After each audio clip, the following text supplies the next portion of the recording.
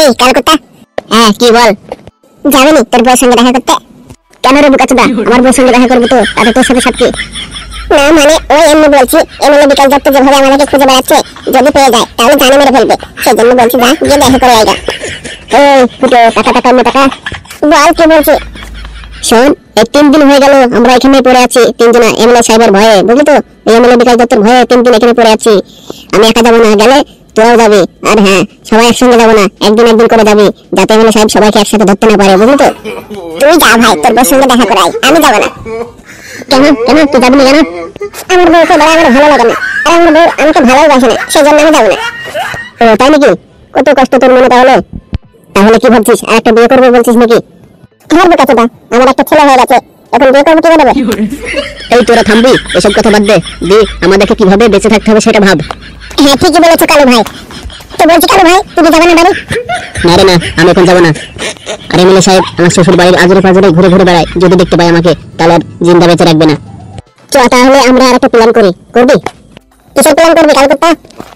ওই শালা এমএলএ বিকাশ দত্তকে মারার প্ল্যান করবো। বাবালো, একবার মরতে মরতে বেঁচে গেলাম, আবার মারার ধান্দা করছিস আমার দেখে? কালকুত্তা, আর কোনোদিন এমএলএ সাহেবকে মারার কথা ভাবিস না, ওই শালা বুকাচোদাকে কোনোদিনও মারতে পারবে না। তাহলে কি করবি? ওই শালার জন্য তো আমরা তো ঠিক মতন বাস করতে পারছি না, রাতে ঘুমাতে পারছি না, কি করবি তাহলে বল?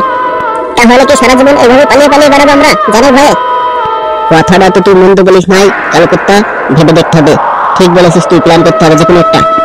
কি প্ল্যান করবি তাহলে তোরা? শোন ফুটো, আছে প্ল্যান আছে একটা, ঠিক মতো করতে পারলেই এমএলএ সাহেবকে মারতে পারবো। কি প্ল্যান রে কালকুত্তা, বল তাহলে দেখি। শোন তাহলে, ওই এমএলএ সাহেবের একটা ভাইপো নাইকো, এই নেড়া বাবার কিন্তু শত্রু এমএলএ সাহেব, বুঝলি তো? ওই শত্রুর মাঝে একটা প্ল্যান খাটাতে হবে। তার মানে তুই বলতে চাচ্ছিস যে নেড়া বাবাকে হাত করবো এমএলএ সাহেবকে মারার জন্য? হ্যাঁ, দরকার পড়লে তাই করতে হবে। কিন্তু নেড়া বাবা এমএলএ সাহেবের যতই ভাইপো হোক, কিন্তু রক্ত রক্ত একটা টান তো থাকবে, ওকে মারবে এমএলএ সাহেবকে। শোন, আমি যতদূর শুনেছি ওর কিন্তু চরম শত্রু, ওদের মাঝে জীবনে আর মিল হবে না, সেই জন্য বলছি। দেখ তাহলে, তোরা যেটা ভালো বুঝিস সেটাই কর। তাহলে কবে যাচ্ছিস নেড়া বাবার কাছে? ভাবছি কালকে সকালবেলা যাবো নেড়া বাবার কাছে। তিনজনে যাবো না তুই একা যাবি? না, তিনজনে যেতে হবে না, আমি একা যাবো, তোরা চুপচাপ এখানে বসে থাকবি। কালকুত্তা, যদি তোর কোনো ক্ষতি হয়ে যায় তখন কি হবে? আরে হবে না, ক্ষতি হবে না। ওই নেড়া বাবার একটা লোক আছে, ওর সঙ্গে থাকে, কালো কোট পরে, ওর সঙ্গে আমার ভালো একটা ভাব আছে, ওকে নিয়ে যাবো সঙ্গে করে, আর ওর সঙ্গে যাবো। আচ্ছা ঠিক আছে তাহলে। এই যে বাবু, কি সবজি বিক্রি করছেন আপনি? আরে দাদা, কি সবজি আর বিক্রি করবো, দেখতেই পাচ্ছেন টমেটো, ভেন্ডি, বেগুন। তো বলছি সবজির দাম কত? আচ্ছা দাদু, আপনি কি সবজি নেবেন না অন্য এমনি জিজ্ঞেস করছেন? বাবা, আমার হিরোটাকে চশমা পরে তো সেই লাগছে। তাই নাকি? হ্যাঁ গো, শোনো সত্যি বলছি। একটু বাদ দাও এসব কথা, তোমার সেই বুড়ো ভাতারের কথা কি মনে পড়ে না তোমার?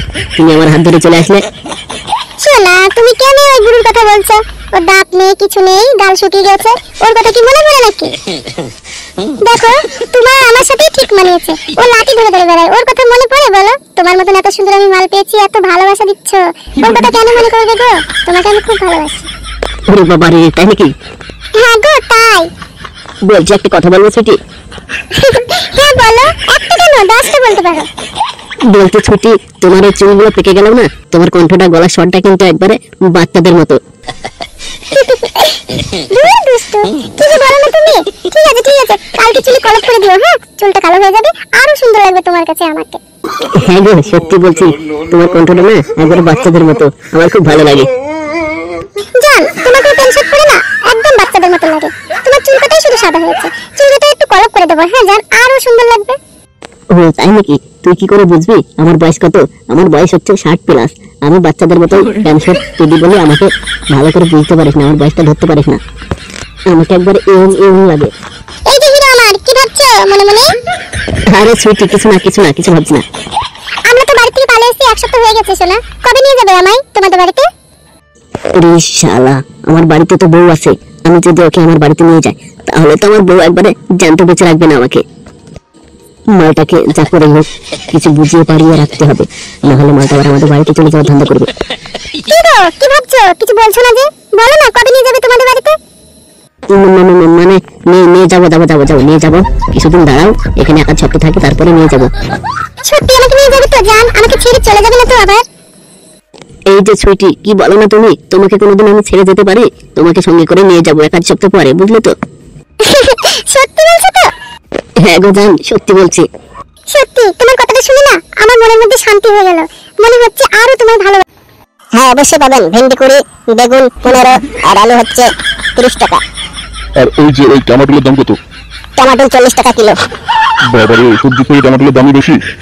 যাকে ছাড়ো সব কথা, বলছি একটা খবর শুনেছি।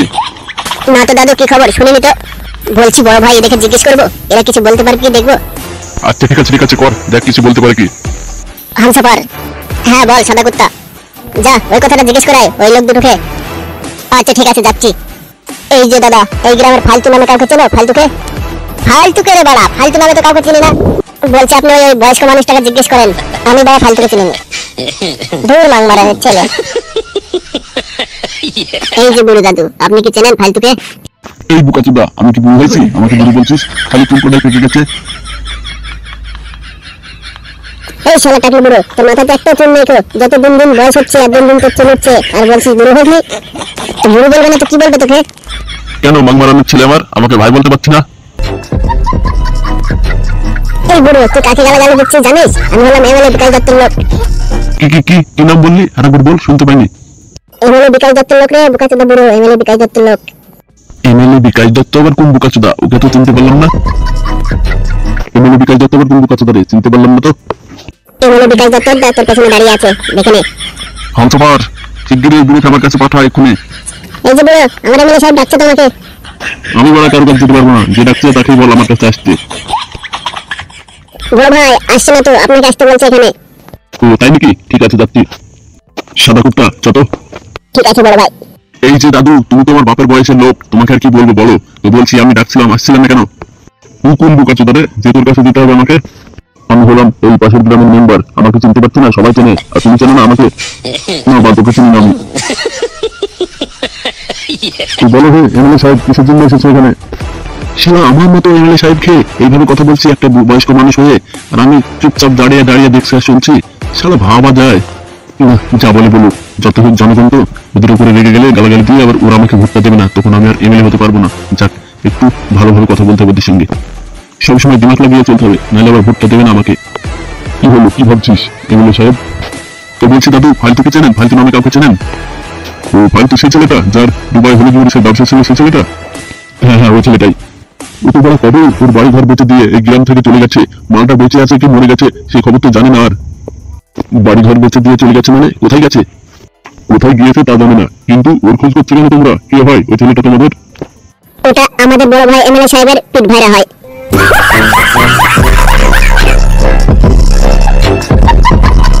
বলছি উস্তাদ, একটা কথা ছিল। বল কি কথা বলবি বল। বলছি উস্তাদ, কালকে আমার একটা বন্ধু আসবে আপনার সঙ্গে দেখা করতে। আপনার সঙ্গে বলে কি একটা জরুরি কাজ আছে, সেই জন্য আসবে। ও এই ব্যাপার, তো কখন আসবে তোর বন্ধুটা? উস্তাদ ও তো বলছিল সকালবেলায় আসবে আপনার কাছে। ও ঠিক আছে, দেখিস আবার কোনো উল্টো পাল্টা লোক ঢুকাবে না আমার এখানে। কি যে বলেন উস্তাদ, আমি উল্টো পাল্টা লোক ঢুকাতে পারি? হ্যাঁ আর একটা কথা উস্তাদ, আপনাকে তো এমএলএ সাহেব, এমএলএ বিকাশ দত্ত মানে আপনারও চাচা, খুঁজে খুঁজে বেড়াচ্ছে আপনাকে মারার জন্য। আমার এই মনে কষ্ট দিছে ওই শালা খানকে ছেলে চাচা, আমার মার সঙ্গে যা করেছে সেই কষ্ট আমি এখনো বুকের মধ্যে রেখে দিয়েছি, বুঝলি তো? খালি একবার আসতে দে ওকে, তারপরে ওকে আমি ওর গোষ্ঠী নিগুষ্টি করে দেবো। আমি হলাম নেড়া বাবা, আমাকে সবাই চেনে, এক নামে ডাকি, আর ও চেনে না আমাকে ভালোভাবে বোধহয়, সেই জন্য আমাকে খুঁজে বেড়াচ্ছে। ওই এমএলএ বিকাশ দত্ত এমন হাল করে দেবো ও নিজের বউ চিনতে পারবে না ওকে। এই যে নাড়া বাবা বাড়িতে আছে নাকি? হ্যাঁ বল, কি হলো? বলছি বাবা, আমার একটু বিচার করে দিতে হবে। হ্যাঁ বল, কি বিচার? তোর এই বয়সে কি বিচার লাগবে বল। বলছি দাদা, আমার ওই বউটা মানে একটা ছেলের সঙ্গে পালিয়ে গেছে, ওকে খুঁজে এনে দাও। তো বলছি তোর বউয়ের বয়স কত? ওই তাও ধরেন ওই 60-65 বছর হবে আমার বউয়ের বয়স। আরে মারানি ভাই আমার, তোর বউ তো একটা চরিত্রহীন রে। নাহলে এই 60-65 বছর বয়স বলছি, আর এই বয়সে পালিয়ে যাবে না? তাও ঠিকই বলেছেন বাবু মশাই, আমি সন্দেহ করেছিলাম আমার বউকে। তাহলে দেখবে কোনো ছোড়ার সঙ্গে পালিয়ে গেছে তোর বউ। কে তুই আবার হাসছিস কেন? উস্তাদ, এই যে বুড়ো খুনখুনি হয়ে গেছে, এই বয়সে কি ওর বউ দরকার আছে বলো? মুখাচিদা, মনে হয় ওর একাই দরকার, তোর কারোর দরকার নেই। এই বল রে বাল পাকা বুড়ো, কি করতে পারি তোর জন্য এখন? আমার কিছু করতে হবে না বাবু মশাই, শুধু তুমি আমাকে আমার বউটাকে এনে দাও, না হলে কিন্তু আমার রাতে একা একা ঘুম আসছে না। বাল পাকা নিয়েছে আমার, বুড়ো হাড়ে জোর নেই তো, আবার এখানে বলে ঘুম আসছে না একা একা। উস্তাদ ঠিকই বলেছো, ওর বুড়ো হারে তো জোরে নেই, আবার ওর বউ কি করবে?